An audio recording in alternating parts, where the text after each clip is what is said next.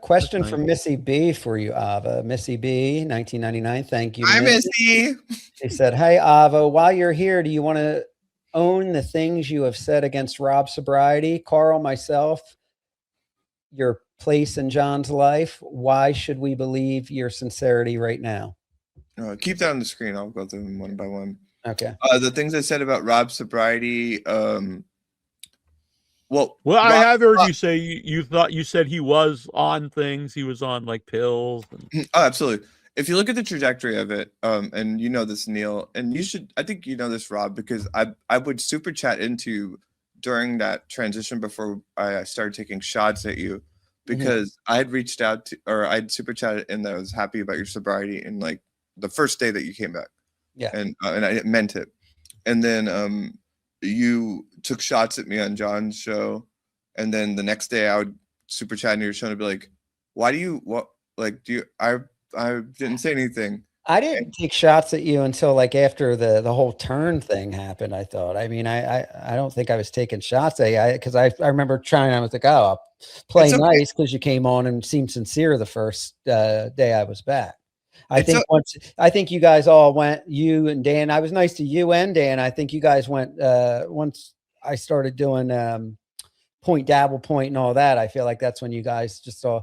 Well, John didn't initially start trashing me, but you and that's what was happening. You and Dan were going in and trashing me, and because he's like, "I'm not going to say anything bad about Rob," and then you two would go at it. He would just laugh at you guys insulting me. I think go ahead. So that, I mean, then I respond. I said, "Oh, I guess Ava'S fair game now." Listen. First of all, I don't care, or I don't judge it. Or like, it's fine. But I think we have a difference on the time frame on it. And I would argue that if you looked back to those shows for that first week and a half, I kept coming back and saying, after you would say something like, "I was a hairy, ugly man," and I would be like, "What the fuck?" Like, I thought we were cool. That's my side of that story. And then to me, after like 4 of them, I was like, all right, I'm just gonna say he fucks dogs again. No, I remember.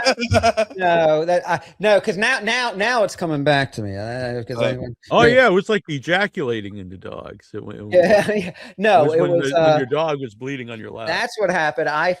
They said that you were saying nasty things about me on the show. So I started, and then you came in and you were like, "Well, yeah, I did say you fuck dogs," making jokes, but I said I was happy for your sobriety. Well, because if you actually, I don't know if you ever watched that. This is what I'm talking about. This is how all of these problems happen here. Yeah. If you watch that episode, in that episode, like there's us being serious about Rob Sala's back and Rob Sala's sober.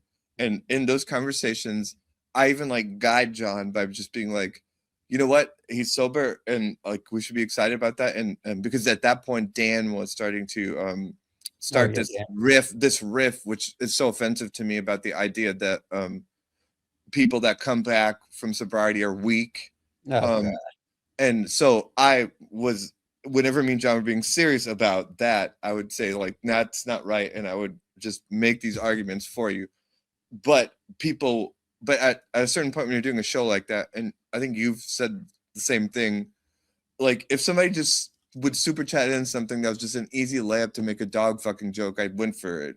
Yeah. But it was obvious. I was getting a little carried away with the dog, because the dog, and as long as I didn't even hear what you said, people just said like maybe, and I can tend to be like John with that too, where I just hear you're trashing me. If more than one person says that, I believe it without investigating myself, not to the level of Karmic, but like Karmic will go on a full rampage with a super chat that says, "Hey, this person called you this." But yeah, and now that we're like deep diving into it, like that's how it started, was like there's just this episode where I said these very like thoughtful things defending you, and like kind of laying out how we shouldn't even get into this thing about what Dan's trying to say about weakness and things like that, because Dan was starting to plant ideas. That's the thing you don't want to do with somebody that drinks and their friend becomes sober, and start like creating this dividing line. And I preempted that, and I was very thoughtful about it. But at the same time, we are on John's show, and people do set up super chats, and if there was an easy layup for a dog joke, I would. And so that's what happened. And I don't blame you for not watching all of John's show and knowing that. But I did super chat you the next day to be like, yeah, I made a dog joke, but like, did you actually see this episode? And it got into this loop, and then eventually it was just like, yeah, fuck it, we'll just talk shit about each other, and that's so I mean, yeah. So I mean, were you just trying to be funny? By the way, in that episode, I mean, as far as like saying that I'm back on drugs and that you could tell I was using again, like things like that. Like, no, that was just me being at war with you, and I would observe that I felt like you're on drugs, and I would say that. Yep. Rob's right. Karl, I think that me and Karl have an understanding of where we're both at, and I don't think that I don't think there's any. I spend more time actually complimenting Karl in the last like few months. I don't think there's anything Karl needs cleared up with me. Like, we have certain disagreements, but I also defend him a lot. Especially, I especially like to illustrate. To me, I used to think that Karl and Shuli were the exact same when I first got here, like 7 months ago in this area of the Doubleverse. And to me, I'm very interested in illustrating the difference between them two, because I think that Shuli's a rotten person, and I think that Karl is just here for the laughs and has integrity and runs a good show. Yourself, you are someone that has, to me, on a political level, what upsets me about you, Missy, is that I am a person that has like a lot of criticisms about Israel, and what ends up being a problem for people that want to be critical of Israel is when people speak the way that you do, because every criticism of Israel, then they can say people are being anti-Semitic, and I think that you're very reckless in that language where that makes you look anti-Semitic. My understanding is that that's a real screenshot that John was referencing about the thing, and he said 2 kings. So I don't know. I'm a person responding to someone saying Donald Trump and Adolf, you know. And I do want to post this up. If you take my Hitler posts sincerely, you're more low IQ than a brick. I do think like when you say like happy birthday, you know, Adolf or 2 kings, it's probably you're trying to be funny. You know, it's very absurd. You know, if that's your response to it, I've never seen your response to it, then I'm happy to engage with you about that. But I hope you understand that considering, look, like I think that every group of races and all that have racist people in them. I don't think that there's like a white privilege in this. I just think that if you look at Anthony's output, like it is about signaling at particular races. Well, I think you should find a better, instead of like the happy birthday thing, I think you could find like real things, I think, that someone has said, as opposed to like an edgy joke. Like what, you know, I was on the internet in the early 2000s, and you know, you'd have like Smileys and stuff, and they weren't like actually racist people. It was just, I don't know, this was like the most edgy thing. I don't know anyone that jokes like that, but fair enough. Yeah, I don't know anyone that. It's gone. I mean, it was for like 100 years.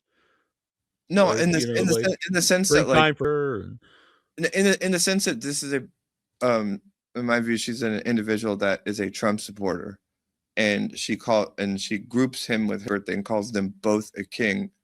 To me, I ascertained that she wasn't making a distinction and that one of them wasn't a king. I know that she liked Trump, so I think it was kind of being an edgelord kind of thing. That's how I would view it. I maybe I'm wrong. I don't know. I've never seen her actually respond to it. So if she's saying, I'm happy to engage. I thought you meant me personally, but I see Missy respond to it. Well, yeah, well, I feel Missy is. I've gotten to know her a little bit since coming back from rehab, and she's the type of person that is like the opposite of people like me and John, who've always feel like we have to defend herself. She feels like it's a joke, and if she comes off defending, then it's going to make it look worse. Like she doesn't feel like she needs to defend herself. That is absolutely fair, but she cannot judge a stranger who, again, knows that she likes Trump and is married to Anthony Cumia and looks at a tweet like that and doesn't just immediately like just write it off. I mean, that would take a low IQ, I think, is to just blindly assume she doesn't like Hitler in that setting.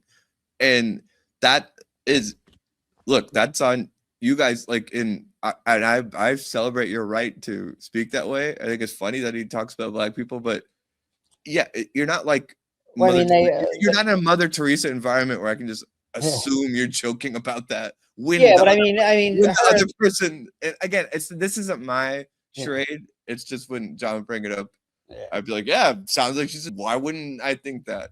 But I mean, if they really disliked Jewish people, I mean, they're friends with Shuli. Well, I think the joke I used to make was that they have like a conundrum because Missy B is like an old school, like anti or just critical of Israel. But Anthony is like, hey, can we just talk about black people and Muslims and blow them up? And right now there's this whole problem in the Republican Party because everyone's focusing on Israel. So to me, that was an interesting dilemma that Anthony has, where Anthony just wants to shit on black people and Muslims. Those were the jokes I would make about Missy and Anthony, because it was just like Anthony and Gavin are the area of the right wing right now that are like, oh, can we stop with this Israel stuff? Like, blacks, Muslims, they suck.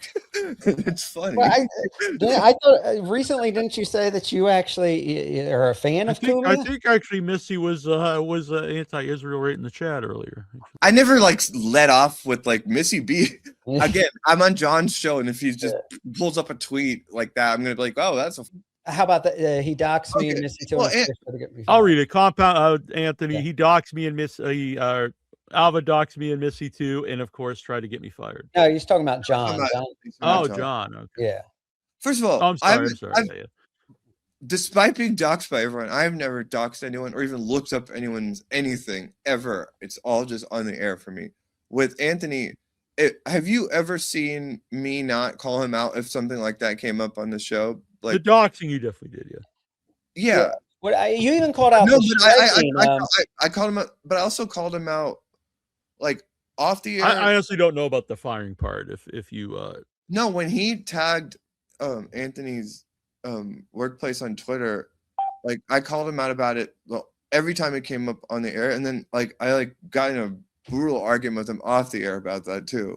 Like that's where I'm at with it. I don't know what more you want from Anthony, but you're not gonna find me ever like green lighting him doing that, if doxing anyone, or because you like okay, everyone's against him. There's a very few people who stand up for him, but there's like all these examples of him like doxing people and doing things to people. Yeah, but so there's probably a reason why there's not more people on his side.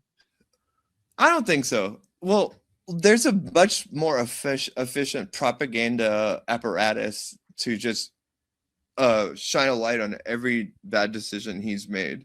And to me, like what I've tried and failed at was to try to, like, even with this Mentor Mass stuff, is to just be like, this guy is literally fucking a con man. He's doing a lawsuit about something he did to this guy, and the way he's handling it is by ducking and dodging the questions. And he's doing it in front of all of us. There's no there's no counter propaganda thing that's effective. Nobody wants to hear what all of them do. And so I will stand by that. John